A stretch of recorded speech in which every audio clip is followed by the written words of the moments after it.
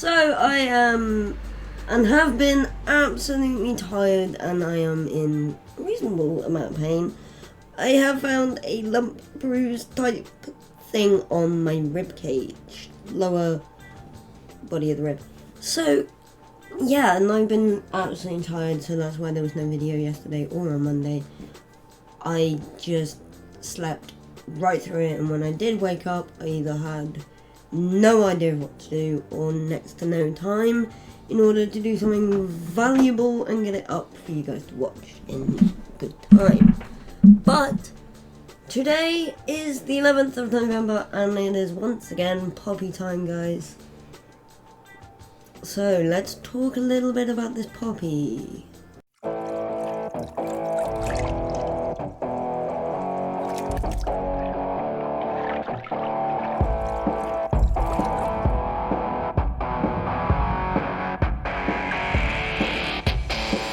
Hey guys, welcome back to the show, welcome back to the diary. So yes, sort of brief history type thing on the poppy. So, as a lot of you might know from school or history lessons or watching the Remembrance Sunday parades or watching anything about Remembrance Day, it all started with World War One. So World War One breaks out and two trenches are dug across a load of fields. Now, one's by the Germans, one's by the British. Now, obviously, there are allies of us and allies of the Germans in there too, but today I'm just going to be focusing on the British and the German one. So, during World War One, that field got bombarded with not only bloodshed and death and bodies, but grenades, bombshells, the cannons themselves, the cannonballs, and gunfire. And that was all that was heard throughout the land during the fighting. The bangs, the guns, the screams, and just death was felt across the lands of the trenches. Now, when World War One ended, and all peace had broken out across the lands between the two trenches, before, where there was a lush land of green grass and other flower types, now was a mound of dirt, mud, and the only thing that would properly grow, everything else was just refusing to grow. It was like, no, I'm not growing here. I don't want to grow here. Nope. The only thing that would happily grow there was the poppy. So the poppy has become a symbol of remembrance and a symbol of I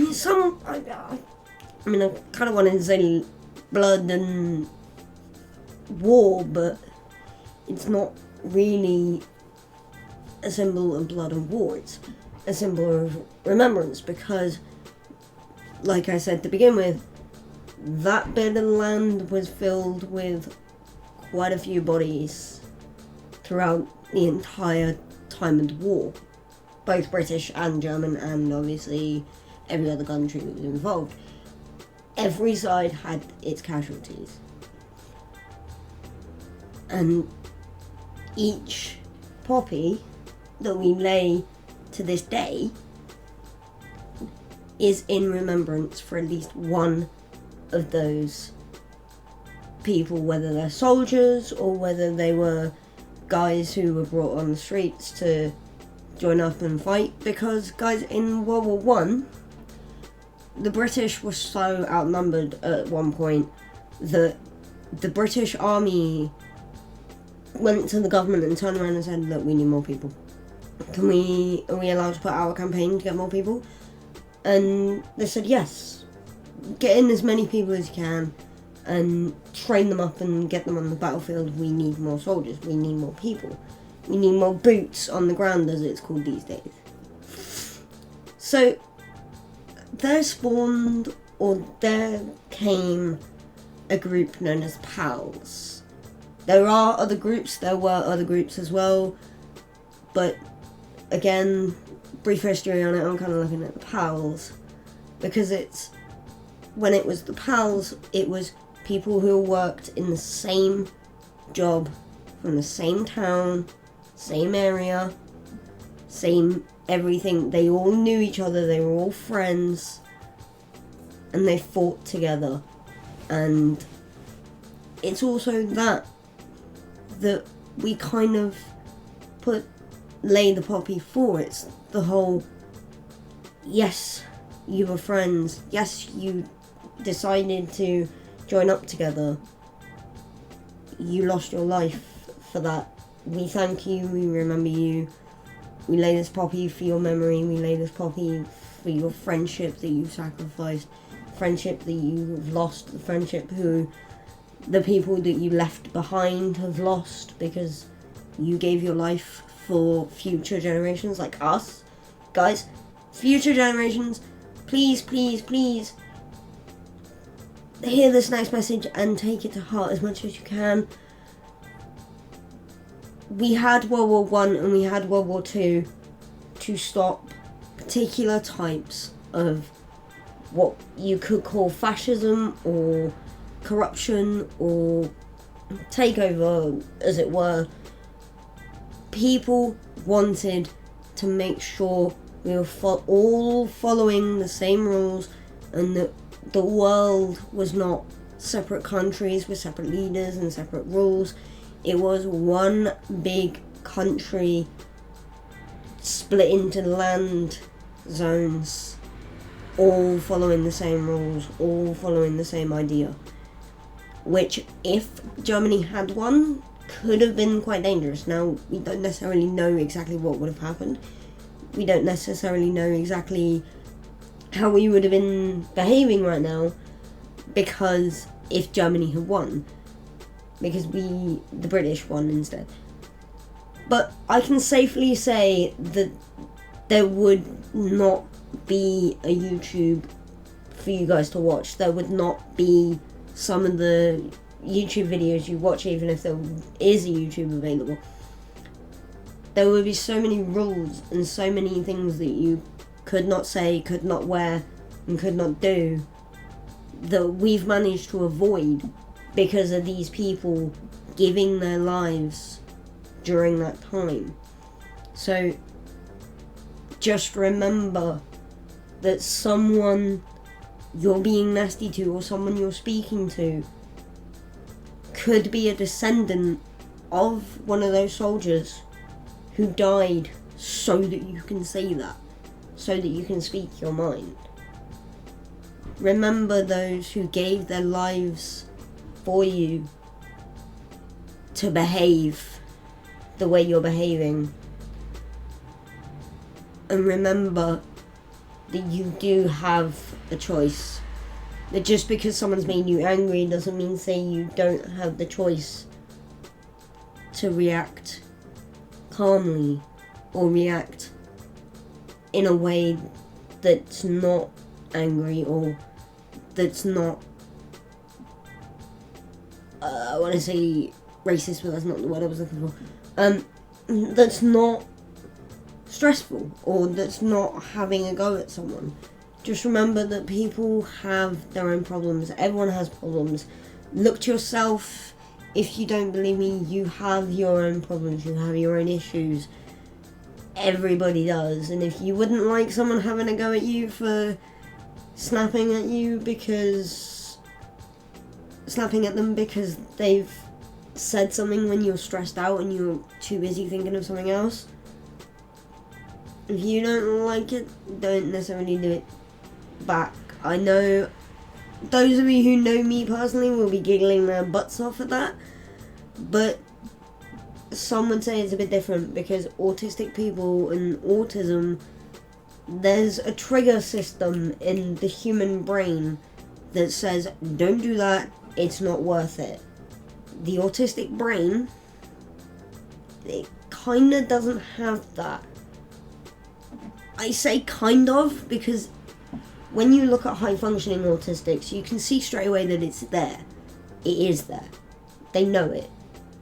The problem is that because it's the neurons that are firing, sometimes it misfires or sometimes it doesn't fire. And that's the problem. We don't necessarily get the message of, this isn't worth it, this isn't right, don't do this, don't do that. But then, no, that's enough on the autistic brain for a minute, because doing the poppy. But no, like I was saying, the poppy was the only thing to grow on that no man's land between the two trenches. So we've taken it and we turned it into the symbol of remembrance, because that's how it looked at the time. It's like this field that once grew everything is now only growing this flower, this one little red flower that just looks so beautiful, so nice. Yet, because it's red, it's connected with blood, bloodshed, war, violence, and everything else. And every single time this world, this country, or any country has conflict, there will always be bloodshed, and there will always be... I was going to say conflict again. There'll always be blood, and there'll always be bloodshed, and there'll always be casualties. That was the word I was needing. There'll always be casualties, and there'll always be death. So there'll always be our new reason to use the poppy, and there will always be someone to be thankful to, and someone to remember, because every single time any person, any country's war personnel or army personnel or forces personnel go out anywhere to fight anyone, the main objective, believe it or not, the main objective is actually to protect that unit's company, that unit's country. Whether it's the country's ideals, morals, or whether it's just keeping foreigners out. They are risking their lives on a daily basis to keep us safe, to keep our country free. If you're not necessarily in a free country, then you're not... I mean, you can still thank any resistance people that are out there, because not being in a free country has got to be tough. Coming from the UK, which is a free country, free countries, it's nice in the sense of I get to wander down the street and say whatever I like, as long as I'm not racially abusing anyone, sexually abusing anyone in the sense of wording or anything like that, or anything particularly against the law. Now, some would say, well, that's not really a free country. It's like, yeah, it is, because I can basically walk past a police officer, or I can walk past anyone in the street and swear at them. Now, obviously, if I swore at a police officer, I might get a bit of a shoot, get out of here, or we're gonna arrest you. I mean, there are some countries that if you even blink wrong, or walk in the wrong way, or have your hair in the wrong way, you can be carted off to prison for that. So, UK guys, American guys, any free country out there, remember that you are in a country that means you can wear what you like, be how you are, gay, straight, black, anything. You can be who you are without fear of persecution, and it's that our boys and our girls towards the end of World War One and during World War Two fought to remain that way. They fought to keep it that way, and we will never forget them. The great line from the great poem, "Lest we forget we shall remember them. And we shall. Because, in my mind, for me, none of the UK boys and girls that have lost their lives, whether in World War One, World War Two, or future wars, or conflicts and battles that are still going on, lose their lives to help keep this country safe and free, will never be forgotten. Lest we forget, we shall remember them. Remember it, have fun, be thankful, be grateful, behave yourselves, and be nice to people, especially war veterans and personnel. They are doing the best they can, they are doing a good job, and they deserve your thanks and support. Behave yourselves, and I'll see you tomorrow. See ya!